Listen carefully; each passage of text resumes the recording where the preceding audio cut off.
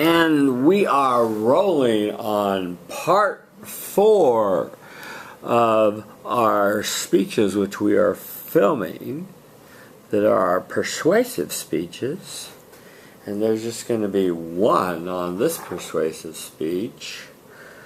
And we're going to hear from Natalie. Is it Hines or Haynes? Hines. Hines, who's going to try to persuade us to do something or believe something. And as soon as I unlock this phone, which is double locked, which is, I want to get, you gotta take that off, by the way? Maybe. I appreciate that. Apple put it on, I'd like it off. Okay, stopwatch. Okay.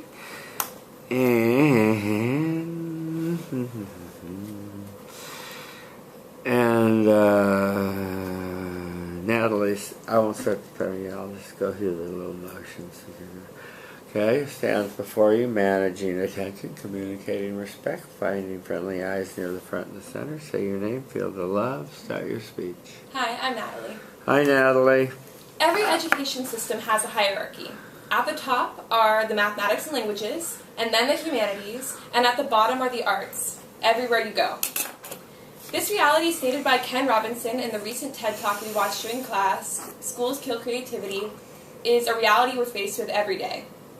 Even though we blast our radios when we go down the street, or we watch Dancing with the Stars every Monday night, we don't appreciate what the arts do for us, or what they mean to us. Today, I want to persuade you all to advocate for the arts in your community and around the world. I'm going to give you 2 reasons why you should do this, 3 actions you can take in order to follow this proposal, and the benefits that will proceed if you choose to follow my proposal. I think that this will be important to you. I mean, maybe to athletes and scholars this may seem like a trivial subject. The arts are just a hobby or a pastime.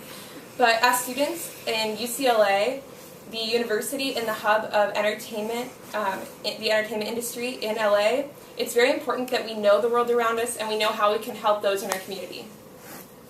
So first off, I want to explain to you why you should be an advocate for the arts, and this reason is because it enhances mental growth and development.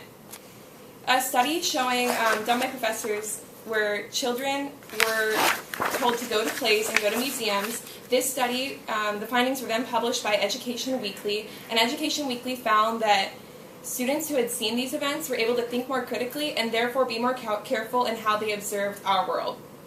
Now, this critical thinking came from the idea that they were more tolerant and they were more empathetic. These are values that are very important in our own lives and as humans, because so much of the time we're focused on our career or bettering ourselves professionally, but it's more important that we focus on ourselves as humans and as our core values and who we are as people. So I think this is important to me too, because as a kid I remember going to dance classes and going to singing classes, and people would always wonder why I did these things. They said that they were trivial or just a random pastime, but I knew for me they helped me become who I am as a person today. Another reason why I want to encourage you all to be advocates for the arts in your communities and around the world is because they inspire confidence in people, especially young children. Just this past year, I had to stop because I went to college, but my junior year I created this program. It's called Outreach for the Arts, where I go to inner city schools every Monday for 2 hours and teach kids how to sing. Now these kids are about kindergarten to 3rd grade, so they're very little still. And a story that sticks out to me is about a sweet 2nd grader. Her name was Serenity. And she had such stage fright when she came in. She couldn't speak to people, she couldn't look people in the eye, and she would cry every time her mom left the room. By the end of the 2 years, she was singing on her own, and it was a solo in front of hundreds of adults and in front of her peers. And I was so proud of her because this is what the arts did for her. It wasn't about bringing music into these kids just so they could learn how to sing or hit the right notes. It was about making them feel good about themselves, because I know even as a kid, I didn't feel comfortable with myself until I got into those dance classes, those singing lessons, because I felt like I was doing something to my fullest potential, and I was proud of what I was doing. So now I want to give you 3 actions that you can take in order to follow this proposal. First off, you should just go out and support local artists. Go out and see a coffee shop singer play, or go out to a museum, or take 2 hours your night to see a play. Because these small actions can show these artists that you support them in their struggle. Another action you can take is by going out and speaking out. So go to school board meetings or town hall meetings and tell people what impact the arts have had on your life, or share with them stories that you know. This will help them in better understanding why the arts are important to us. A third action that you can take is by looking for need in the community. Create something. Don't just piggyback on somebody else's project. Truly create something that's meaningful to you and powerful to you, and help inspire others to do the same. So after you do these actions, the benefits that you will feel are enormous. First of all, you'll feel accomplished, you'll feel successful, and you'll feel empowered. These feelings from helping kids gain confidence and from helping people find talents they never knew were possible are things that you can't feel from just doing something that you don't care about. You'll learn to love these things, and you'll learn to want to inspire others. So, in summary, I've told you 2 reasons that you should advocate for the arts in your community, and 3 actions that you can take in order to do this, as well as the benefits that will follow. There should be no doubt in this room that you should be personally committed to being an advocate for the arts, not only in your community, but around the world, especially at UCLA, because we are students in the entertainment hub of the world. So the next time you watch Dancing with the Stars on Monday nights, or you roll down your windows blasting the radio, instead of just listening to those things, remember and understand what they do for you. And let them inspire you to go out and watch live performances, because your support beyond the TV screen can mean so much in our fight to bring arts to the forefront of our society. Thank you. 511. Very nice. Thank you. Okay, let me say some things I liked, and then I want to say how you could improve, and then I'll do go step by step through the speech. Okay. I want to say that I want to first again thank you for agreeing to come here and give me a little breathing space with our thing. No one else has volunteered, as you noticed. So, it's going to be tight, but we'll make it. I liked very much that you used the Ken Robinson example, which we call an illusion, that people knew and understand and shared, and they, oh yeah, Ken Robinson, oh yeah, creativity of the schools. And that was very good, and that shows you're being creative and you're associating things that happen in the class, and you're making good connections. And so I thought that was very effective. And I guess I'm not a big TV watcher. Mm-hmm. I started watching America's Got Talent only because I happen to like this comedian called Howard Stern. Mm-hmm. But now that he's no longer on it, I stopped watching it. But I think I got to know what you meant by there are some really genuinely talented people who were trying to break through and break into the arts, and they were getting their first chance there. And so and I guess that happens with Dancing with the Stars too. I have never seen the show, but yeah. So that was good. I want to say also, on a positive note, and then I'll go through this in a little more detail, you had a good passion tonight that came through. I could tell you cared. And it's important that you care, and that the audience gets that what we call paralinguistic subtext, that you care, because that's persuasive, see? Mm-hmm. And that's something that you want to carry on. Yeah. So you said you wanted to persuade people to advocate in the arts and throughout the world. I circled throughout the world because that seemed a bit ambitious, Mm-hmm. but whatever. So you said offer actions and benefits, and that was fine. Your significant statement was good. I don't know whether how do we say? There are 2 or 3 or 4 athletes in the class, and were you centering and calling them out as being sort of idiots? No, by saying, although to many of you this is trivial. I think that mostly what I was trying to say is that a lot of the time, people like will tune out things that are like, it's just natural to be like, oh, that doesn't apply to me. It's same with like people that like a lot of people who are like highly just like academic, like that's their sole thing. Like everybody has something that they're good at or they feel like they're passionate about. So I just was like trying to key into like certain groups that maybe would not. This wouldn't be their automatic thinking about something. Okay. Be careful about sounding like you're being condescending or putting them down, because you don't want to alienate anybody in the audience. Maybe you want to say to many of the athletes or scholars that the arts may not seem at first glance to be all that important. Yeah. Maybe you can look closer and see that it is. And I like your thing about LA as the hub of the entertainment capital of the world. On your main body, this is where you cited your evidence from J. Green, and where the title of the article was Art Education Matters. We know, we measured it. I thought the title of the article actually spoke almost better than the way you summarized it. Okay. You know what I mean. What I wrote down in the column here that I wasn't clear, Natalie, was just exactly how going to a play or to a concert suddenly turned on creativity or critical thinking. I'm sure it did, and I'm sure they measured it, and I'm sure this was all done in good faith, and they had a good protocol, but you have to be careful, like, okay, go to a concert, and all of a sudden you're, a great debater or something, But, if they measured it and it happened, then that's good. I like the second point where you made, I feel strongly about this, and where you said that,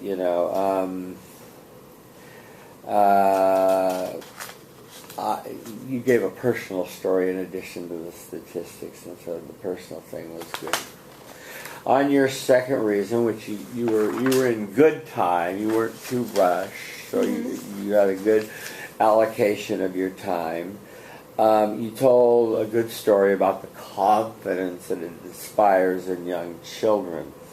And I really liked your story about the poor inner city children in Barrio Logan, whatever that means. Is Barrio a barrio and Logan a city? Or? It's where they live. It's a subset of San Diego. I see. Or near National City. And it's called Barrio Logan? It's called Barrio Logan, yeah. Oh, okay. Great. Yeah.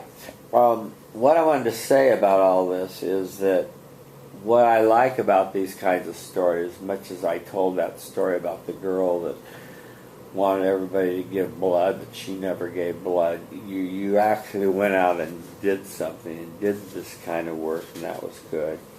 And I thought you gave her the right amount of details, Natalie, with giving her name Serenity, a quiet, second grader, and how she got confidence by the end, and that was an important element. Whether she hit every note perfectly or not, she developed a sense of self-confidence in herself, which the theater can do for people, when they get to perform and get some applause, and not bad, Right. And then you said, I feel passionately about this, and so you gave it your personal story. That was good. On your actions, I could tell you were going to kind of had to move it along then at that point, but, support your local artists, museums, that sort of thing. That was all fine. Speaking now, go to local board meetings. I was wondering, if you were going to, I guess it would have been stupid to ask these students to donate or to give, but to give of their time, I think. And you were asking them to give the best part, which is to give of their voices, so. Yeah. And I like your third point, which is say don't just piggyback on somebody else's thing, but go out and identify a need and try to fill it yourself. There was I'll share with you a quick story. When I was a young man, I was looking for a program to help senior citizens, and I discovered a senior citizen center where they didn't allow pets. And the custodian told me that at the end of the month the trash cans were filled with cat and dog food because these people couldn't make ends meet. And I thought, okay, this has got to change, you know. So I found that a little adopt that senior citizen home and got the community involved to give them some needed food. It's like a food bank for the end of the month every month. But so I like your don't piggyback on somebody else's, but find a need in the community and take care of it yourself. The benefits were good. Your summary good. Your conclusion was good, and your tie back to the stars and was good. And you tied back to capital and all that stuff. Now, the other thing I would say is just to make this a little more sticky. I thought you had a pretty simple message. Maybe the actions could have been a little more simple and clearer. But okay. I thought you were credible because of what you had done yourself, and maybe just a little bit more of citing, just a little bit more evidence would have made the speech a little bit more credible. But given the time constraints, probably wasn't realistic to do. I didn't think it was too abstract in any way, shape, or form, and I thought I got a good emotional connection from you throughout the speech, so that worked, and we got the stories and more stories, so we did all the stuff for a successful sticky speech, and a sticky speech is a memorable speech. You're to speak more slowly. Use only hand gestures when necessary. Really drill in your tie back. Let's talk about that. Let's talk about all three. So, how'd it go? The first one, speaking more slowly, I think that definitely went better this time. Because I noticed when watching my past speeches, I tend to talk really fast at the beginning. And my intro tends to be really bunched up, which I think is bad because my thesis is there, all that stuff. Yeah, that's a good point. Yeah, it's that old cliche, you get one chance to make a good first impression, right? And you're not slow and really good. Know your quote, and emphasize key words. Exactly. Quote. Yeah. So I think that this time I really fixed that. As for hand gestures. I think for the most part I used them where they were appropriate. Yeah. There were a few times when I used them probably more than I needed to, but in the beginning I think it's good when I'm talking about the hierarchy, this, and this. That's good, that's helpful. It's helpful. I don't remember her name, but I thought the one girl in class today that kept them all by her side was really went to the other extreme. Right. Really drill in your tie back. How did you feel? Did you feel you really drilled in your tie back or not really? I don't think I think it did ring true in the end. I was able to put the two together. Yeah. But this is a hard topic I think to do it for because you have to do. It's easier when it's something that's really dramatic. Yeah. I'm trying to think of an example in class today, but I remember an example in class today where someone had a really good tie back. But I think that it went okay. I don't think it was super right.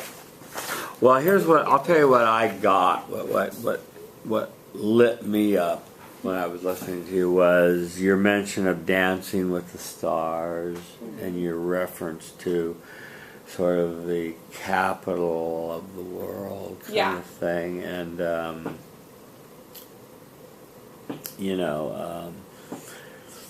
sort of just an appeal to know your environment. But I think it still could have tied in much more to some of the other stuff